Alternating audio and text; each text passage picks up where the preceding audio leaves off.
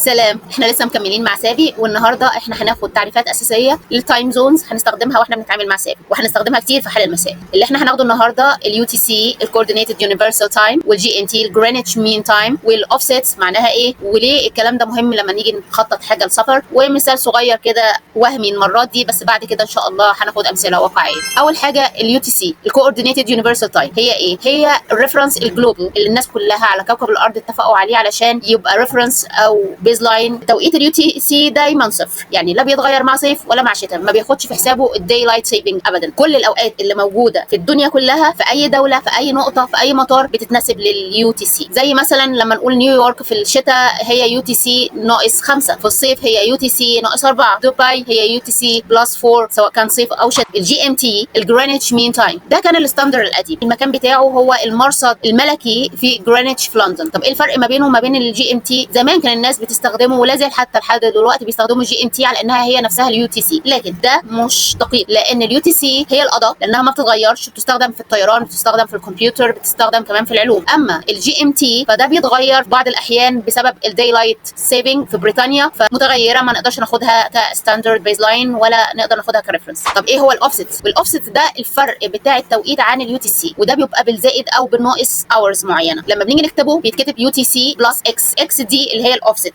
او يو تي سي ماينس اكس. امثله عليها زي لما نقول كايرو يو تي سي بلس 2 في الوينتر، ويو تي سي بلس 3 في السمر، لو كنا مطبقين طبعا الداي لايت سيفنج تايم. في الهند اليو تي سي زائد 5.5، وده حسب التوقيت بتاعهم. ونيويورك يو تي سي -5 في الشتاء، ويو تي سي -4 في الصيف. طب ليه ده مهم للسفر؟ علشان حجز طيران، عشان الايتينريز اللي هي برنامج الرحله تقدر تعمله بما فيه الحجز بتاع الاوتيلات التشيك ان والتشيك اوت، وعلشان البي ان ار فانت محتاج ان انت تربط مواعيد الطيران بتاعتك. مهم ان انت تعمل تشيك للاوفسيتس، ومهم انك تعمل تشيك كمان الدي اس تي. التركايه هنا ان احنا دايما بنعمل كونفرت، يعني بنعتبر ان اليو تي سي ده توحيد المقام، بنعمل كونفرت للتوقيت المحلي لليو تي سي، وبعدين بعد كده بنحسب المدد بتاعت الرحلات منه. زي ايه؟ مثال سريع ووهمي، مثلا لو احنا عندنا في الشتاء طيران طالع من دبي على الساعه 2 الظهر، وطبعا احنا عارفين ان دبي يو تي سي +4، يعني معناها ان التوقيت ده لما نيجي نحوله لليو تي سي هيبقى الساعه 10، والارايفر بتاعه هيبقى في لندن الساعه 12. اليو تي سي بتاع لندن في الشتاء هو 0، فيبقى التوقيت هو برده 12. فلو احنا خدنا طياره وهميه فهيبقى الفرق ديوريشن ده في اليو تي سي عباره عن 2 اورز، وفرق توقيت ما بين دبي ولندن هو ال 4 اورز. طيب